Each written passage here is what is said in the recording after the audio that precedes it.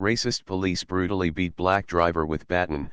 Unexpectedly, passenger was senator. The night was calm and quiet, with only a few cars passing on the empty street. Marcus, a hard-working man in his mid-30s, was driving his old but well-kept sedan. He had just finished a long day of work and was glad to finally be heading home. Beside him in the passenger seat sat Senator William Carter, a respected public figure and an old friend of Marcus's family. The senator had just attended a community event not far from the neighborhood and, instead of calling for his official car, he had asked Marcus if he could give him a ride. Marcus felt proud. He knew driving the senator was no small responsibility, and he wanted to make sure everything went smoothly. The night air carried a sense of peace, and Marcus kept both hands firmly on the steering wheel. He was the kind of man who always believed in doing the right thing, following the rules, and showing respect. His mother had taught him when he was young that as a black man in America, he had to be extra careful, especially around people in authority. So Marcus made sure to follow every traffic law. He stayed within the speed limit, stopped at every sign, and kept his focus on the road. The senator, sitting next to him, seemed relaxed. He occasionally glanced out the window, enjoying the quiet ride after a long day of speeches and handshakes. Marcus felt a small sense of pride rise within him. It wasn't every day you had someone as important as a senator in your passenger seat. He thought about how he would later tell his children that he had once given a ride to a man who made decisions that shaped the country. Maybe his kids would feel inspired, maybe even dream bigger. For Marcus, it was just one of those little moments in life that felt meaningful. But peace often comes before storms, and Marcus had no idea that within minutes, his ordinary night would turn into something unforgettable. As he approached an intersection, red and blue lights suddenly flashed in the rearview mirror. His heart sank. He wasn't speeding, and he knew his car registration and license were valid. Yet the sight of those lights always sent a wave of nervousness through him. He carefully pulled over to the side, slowing the car down smoothly. The senator looked up in surprise. "Everything all right, Marcus?" he asked calmly. "Yes, sir," Marcus replied, forcing a polite smile. "Probably just a routine check. I'll handle it." Inside, though, he felt a tight knot in his stomach. The flashing lights grew brighter as the patrol car stopped behind them. Two officers stepped out, their footsteps heavy and firm as they approached. Their flashlights cut through the dark night, shining directly into Marcus's car. Marcus kept his hands visible on the steering wheel, just as his mother had always told him to do. "Always let them see your hands, Marcus," she used to say. "Don't give them a reason to think you're a threat." He remembered those words clearly now. "Step out of the car," one officer barked, without even asking for Marcus's license or registration. His voice carried authority, but also an edge of hostility that made Marcus uneasy. Marcus glanced at the senator, who raised an eyebrow but stayed quiet. Slowly, Marcus unbuckled his seat belt and stepped out of the car. He kept his movements calm, deliberate, and respectful. "Officer," he said softly, "may I ask what the issue is?" "You were driving suspiciously," the officer replied sharply, as if looking for a reason rather than stating a fact. Marcus frowned slightly but kept his voice steady. "Sir, I was just driving home. My license and registration are valid." The second officer circled around to the passenger side, shining his flashlight inside the car. He barely acknowledged the senator, focusing all his suspicion on Marcus. The first officer pushed Marcus against the car with unnecessary force. The senator leaned forward, opening his mouth as if to speak, but then paused, waiting to see how things unfolded. Marcus tried to remain calm. His pulse quickened, and he could feel his heart pounding in his chest. He had done nothing wrong, yet he knew that situations like this could spiral out of control quickly. He hoped that showing respect and cooperation would be enough. He thought about his children again. He wanted to make it home to them, safe and unharmed. The senator, watching closely, began to realize the seriousness of what was happening. He had attended countless meetings on equality and justice, but this was no longer a discussion inside a government building. This was real, right in front of him, happening to a man he knew personally. The officer's grip on Marcus's shoulder tightened as he repeated the same accusation, driving suspiciously.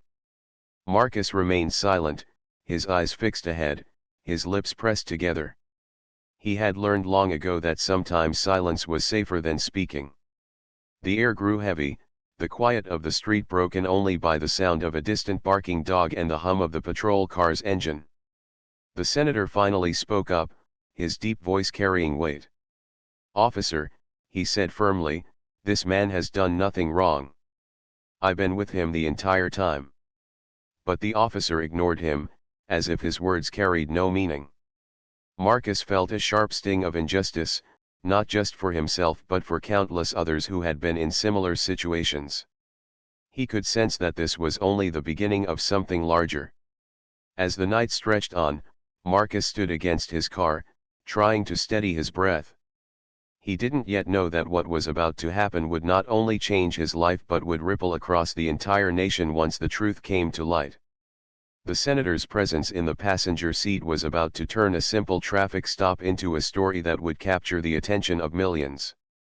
The calm of the night had been shattered, and Marcus's ordinary drive home had now become the opening chapter of a battle between truth, justice, and the abuse of power. The night grew heavier, and what started as a simple stop began to spiral into something far more tense.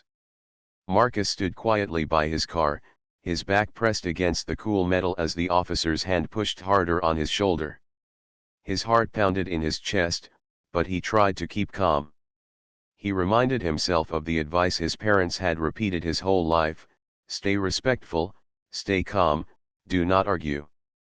The first officer's face was stern, his jaw tight as if he had already made up his mind about Marcus. He kept repeating the same words, driving suspiciously, though Marcus knew he had done nothing wrong. The second officer circled around the car like a guard protecting a fortress. His flashlight beam swept over the seats, over the senator's face, then back to Marcus. But instead of asking questions or checking documents, the officer seemed more interested in showing power. Inside the car, Senator Carter's calm patience began to wear thin. He had seen unfairness before in stories, in news, in statistics shared at meetings, but now he was seeing it unfold right in front of him. The way the officers spoke, the way they ignored Marcus's politeness, the way they treated him as if he was already guilty, all of it was too much. The senator leaned forward, lowering the window further, his voice steady. "Officer, I can vouch for this man. He has done nothing wrong. I've been with him the entire time." The officer closest to Marcus glanced back, then smirked slightly. "Stay out of this, sir. We'll handle it." His tone carried no respect, just dismissal. The senator's words might as well have been whispers in the wind. Marcus's stomach tightened. He wanted to defend himself, but he also feared that any movement or word could make things worse. He tried to keep his breathing even, though his chest felt heavy. He thought of his children again, how he had promised them he would take them to the park this weekend. Would he even make it home tonight? The officer suddenly barked, "Spread your legs. Hands on the car." Marcus obeyed immediately, his palms pressing against the cool surface of his sedan. The night air felt colder now, or maybe it was the fear creeping deeper into him. The baton appeared in the officer's hand, not yet used but ready, swinging lightly as though waiting for the slightest excuse. The senator could no longer sit silently. He opened the passenger door and stepped out carefully, keeping his posture tall. His voice carried authority. "Officer, I am asking you again to explain why this man is being treated this way." The second officer moved quickly toward him. "Stay inside the car," he ordered, his voice sharp. He put a hand on the senator's chest, pushing him slightly back toward the seat. Marcus turned his head slightly, his eyes widening. He wanted to shout, to warn them, but fear gripped his throat. He knew who was sitting in that seat. He knew that if the officers recognized the senator, everything would change, but for now, they were too blinded by their assumptions to notice. The baton tapped lightly against Marcus's side. The first officer muttered something about resisting, even though Marcus stood perfectly still, his hands steady, his body unmoving. The unfairness burned inside him, but he swallowed it down. He had seen news stories like this before, men accused of things they didn't do, punished before they could speak. Neighbors in nearby houses began to notice the flashing lights. Curtains shifted, windows opened slightly. A few people raised their phones, recording the scene from a distance. Their voices were whispers, uncertain, but the light of the cameras flickered in the dark. The senator's eyes scanned the officers, his jaw tight with controlled anger. He was used to being respected wherever he went, but here he was being treated like an ordinary bystander, ignored, dismissed, even pushed back. And Marcus, the man who had done nothing wrong, was being pressed harder against the car. The silence broke when the baton struck the metal of the car, a loud thud that echoed down the street. The officer hadn't hit Marcus yet, but the warning was clear. Marcus flinched, his heart leaping into his throat. The senator stepped forward again, his voice louder this time, filled with authority. "Enough. This is an abuse of power." But once again, his words seemed to fall on deaf ears. The officers were determined to show dominance, not to listen. The first officer lifted the baton slightly higher, his grip tightening. Marcus closed his eyes for a brief second, saying a silent prayer. He wished for strength, for safety, for a miracle that could stop what was about to happen. The senator, however, knew something the officers didn't. He understood that in just a moment, everything would change. His patience had reached its limit, and soon, his true identity would no longer be hidden. But for now, the scene remained tense, heavy, and charged with the weight of injustice. Marcus stood still, the night pressing in around him. The flashing lights, the shouts, the cold metal against his hands, all of it painted a picture of fear and power colliding. And though he could not see it yet, the first sparks of justice were already beginning to form, carried silently by the presence of the man sitting in his passenger seat. The quiet neighborhood watched, their phones recording, as the night moved closer toward the moment that would change everything. Marcus felt the officer's grip tighten on his arm, the weight of the moment pressing down heavier than ever. The baton hovered just inches away, threatening to strike. His chest rose and fell quickly as fear and helplessness mixed inside him. He had done nothing wrong, yet here he was treated as if he were a criminal. The street, once so peaceful, now felt like the center of a storm. Inside, Senator Carter's patience had reached its end. He had watched long enough. He had tried to reason, tried to speak with calm authority, but his words had been brushed aside as if they meant nothing. The time had come to show these officers exactly who was standing before them. The senator stepped forward again, his voice stronger this time. "That's enough. Release him immediately." The authority in his tone startled Marcus, but the officers didn't back down. "Stay back," one officer barked, raising his hand to block the senator again. "This is police business." But as he moved closer, the senator's wallet slipped from his jacket pocket and fell onto the ground. It opened slightly, and in the beam of the flashlight, the golden seal of the United States Senate glimmered. The first officer bent down to pick it up, and as his eyes scanned the official ID card, his expression shifted from arrogance to shock. His voice faltered. "Senator Carter." The second officer froze, staring at his partner, then at the senator. The reality hit them like a thunderclap. They had just assaulted an innocent man in the presence of one of the most respected lawmakers in the country. Their confidence cracked, their authority shaken. Marcus lifted his head slightly, surprised by the sudden change in atmosphere. For a moment, the heavy weight on his shoulders seemed to lighten. He hadn't fully realized the power of the man sitting beside him, but now he could see how everything was about to turn. The senator picked up his wallet, his face stern. His voice was calm, but it carried a thunderous weight. "Yes, I am Senator William Carter. And I have witnessed every second of this disgraceful abuse. You have no justification for this behavior." The neighbors who had been recording gasped. Their whispered voices carried through the street, and the cameras caught every word, every gesture. The once quiet block was now a stage for a scene that would soon spread across the nation. The officers stammered, their hands twitching nervously. The baton lowered, but the damage was already done. Marcus's arm still ached, his pride wounded, his fear very real. He looked at the senator with gratitude, realizing this man had just stepped in between him and further harm. Senator Carter's voice grew even louder, echoing down the street. "This is not just a mistake, it is an abuse of power. You have treated a law-abiding citizen like a criminal. And you dared to ignore my words until my identity forced you to stop." Marcus stood taller now, not with anger, but with the quiet strength of knowing he was not alone. The senator's presence had turned his fear into a spark of hope. For the first time that night, the officers seemed unsure of themselves. Their confidence had vanished, replaced by nervous glances and stumbling words. The senator turned toward Marcus. "Are you all right?" he asked gently. Marcus nodded slowly, though his voice cracked. "I'm okay, just shaken." The senator placed a steady hand on his shoulder. "You won't go through this alone. Not tonight. Not ever again." Those words carried more than comfort. They carried a promise, one that would soon be heard far beyond that small neighborhood street.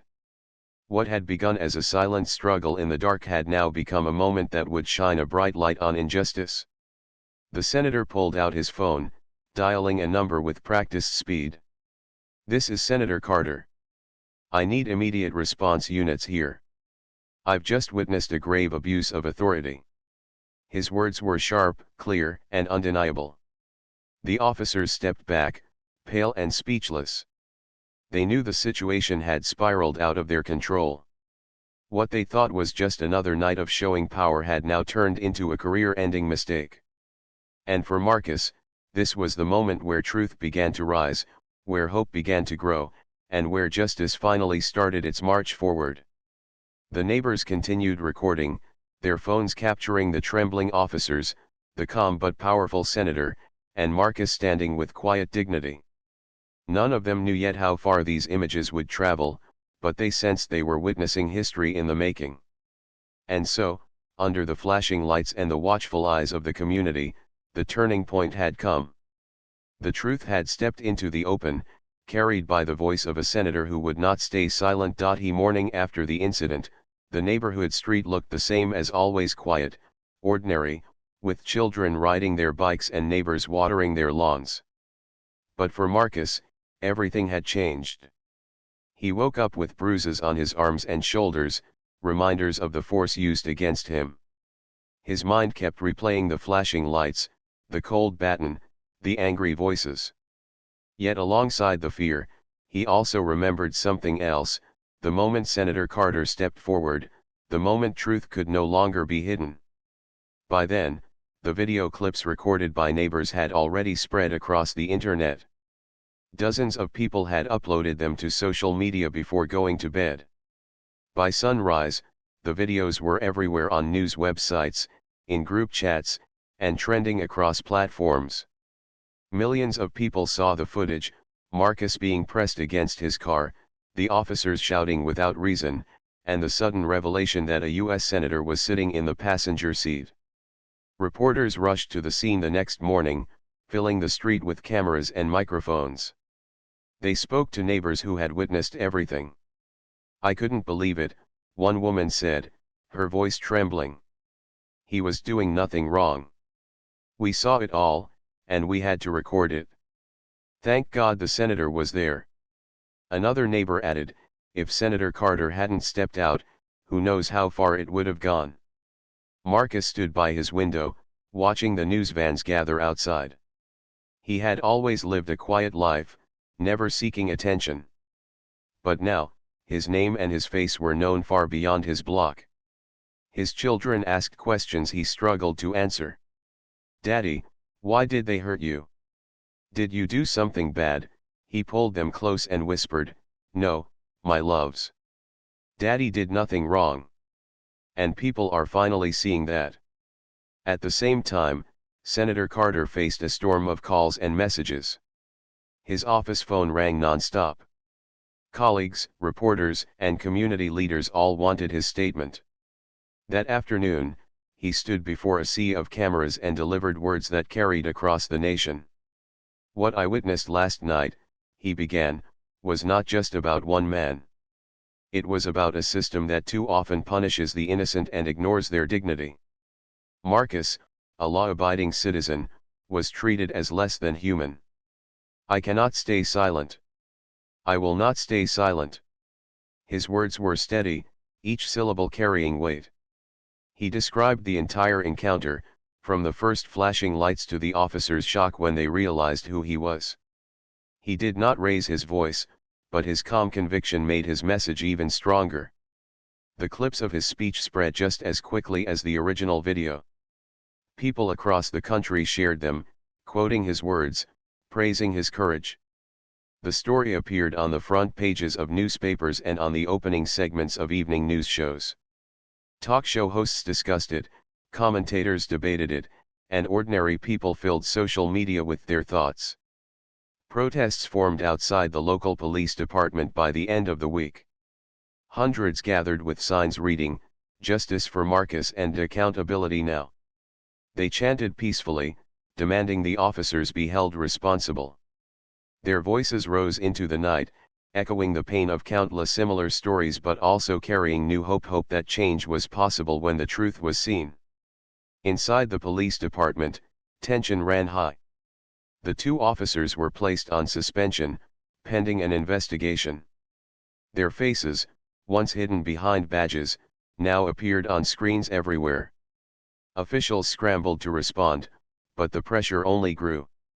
The mayor called for a public hearing, and the police chief promised a full review. But many citizens were skeptical, knowing that promises were not the same as justice.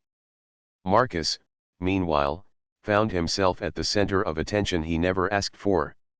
Reporters camped outside his home, neighbors dropped by with food and words of support, and letters poured in from strangers thanking him for standing strong. At times, the attention felt overwhelming. He was just an ordinary man, after all. But deep inside, he also felt a sense of responsibility.